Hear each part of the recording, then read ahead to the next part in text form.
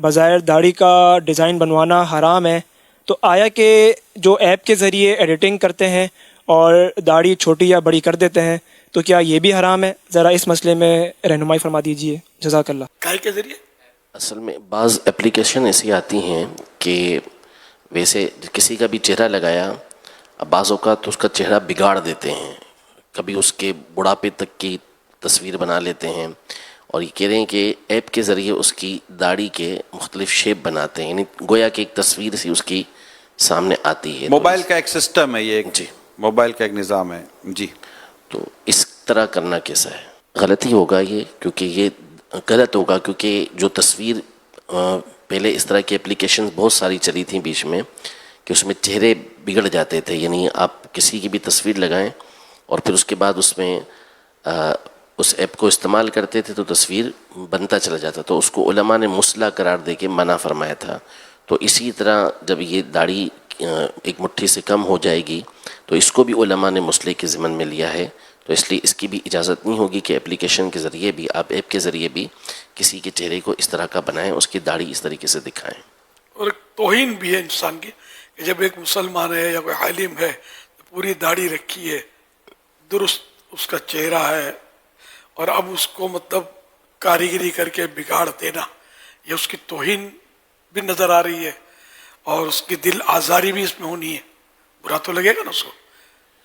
یہ سوال ماشاءاللہ بہت اچھا آ گیا، کیونکہ موبائل کے آنے کے بعد اور جب موبائل میں جدت آ گئی اور مختلف اپلیکیشن، مختلف سافٹ ویئر جب سے موبائل میں آئے اور پھر اس کے سیکھنے اور اس کے اوپر کام کرنے کے لیے جب لوگوں کو پیسے ملنے شروع ہوئے اور پھر اس کے بنا کر اس کے ویوز لینے کا جب سلسلہ شروع ہوا، تو ہمارے یہاں پرابلم یہ ہے کہ کوئی چیز کرتے وقت یہ پوچھنا، معلومات دینا کہ یہ اب جو نیا آیا ہے اب ہم اس کو کریں نہ کریں، شرعی رہنمائی اس کے لینے کے تعلق سے، تو یہ ایک رجحان بہت کم ہے۔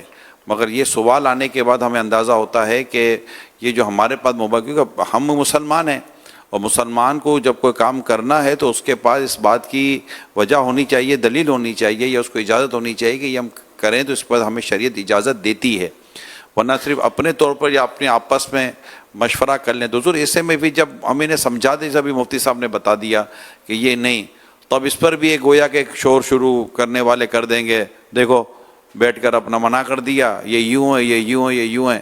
تو یہ علم کی کمی کی وجہ سے جو شرعی مسئلے پر جو شور مچاتے ہیں، اب انہیں ایک خوبصورت انداز سے اگر دین کے قریب آنے کی اور انہیں سمجھنے کی اور ان کو اس طرح منفی سوچ پیدا کرنے کے بجائے مثبت سوچ اختیار کرنے کی اگر دعوت دیں کہ بیٹا آ کے دیکھو تو صحیح، پوچھو تو صحیح مولانا سے کہ بھائی آپ نے کہا ہے تو کہاں سے، اب بیٹھے بیٹھے خالی تبصرہ کرنے سے تو حاصل کچھ نہیں ہوگا، کیا فرماتے ہیں؟ ہاں، یہ بس نیچر ہوتی ہے بعض لوگوں کی، لیکن ایسے لوگ بھی میں نے دیکھے ہیں ویسے، وہ کہ مسئلے کی جب بات آتی ہے، نہیں بھائی ہم نہیں بولتے، مسئلے بال سے باریک ہوتے ہیں، یہ اچھے لوگ ہوتے ہیں کہ اپنی مطلب اٹکل سے مسئلہ نہیں بیان کرتے، نہیں بولتے، اور شرعاً اس کی اجازت پہ نہیں ہے۔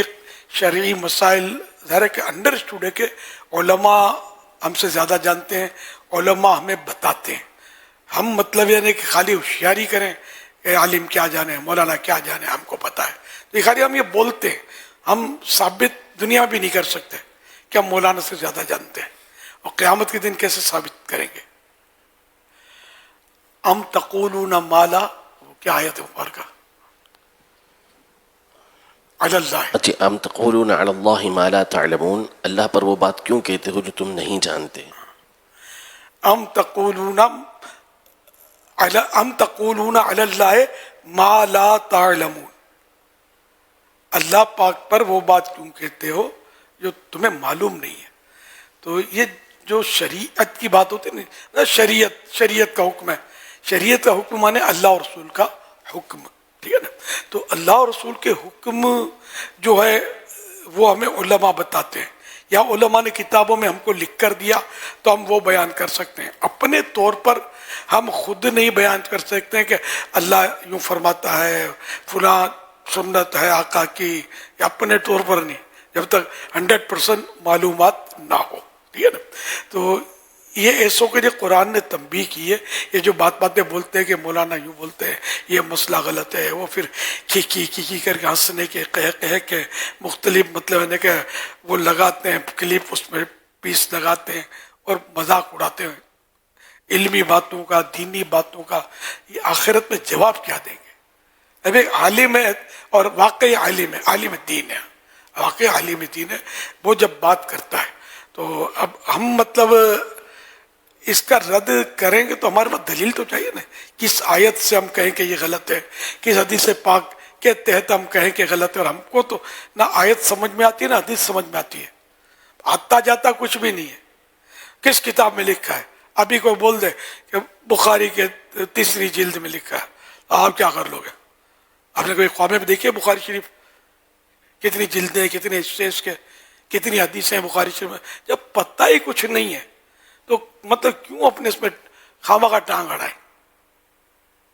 ایسے موقع پر ایک واقعہ مجھے یاد آ جاتا ہے, بڑا دلچسپ واقعہ ہے, کتاب میں پڑھا تھا.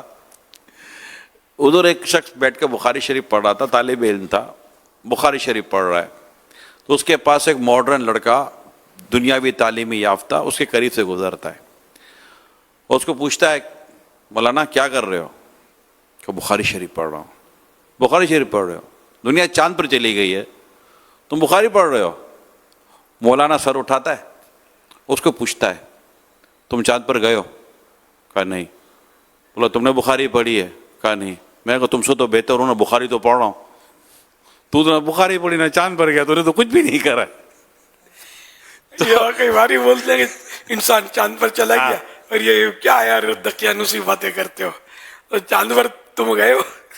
یعنی ایک سائنسدان جس کا اسلام سے دور سے بھی واسطہ نہیں ہے, وہ دعویٰ کرتا ہے میں چاند پر گیا, اور سارے مانتے ہیں. یار کوئی انکار نہیں کرتا, جو انکار کرے اس کو گھر پہنچا دیتے ہیں کہ یہ مانتا نہیں ہے. تو یار ہم کیا سائنس پر ایمان لاتے ہیں؟ اگر کوئی انکار کر دے کہ انسان چاند پر نہیں گیا تو اس پر کیا حکم لگے گا؟ کیا وہ اسلام سے نکل جائے گا, غیر مسلم ہو جائے گا, کافر ہو جائے گا کیا؟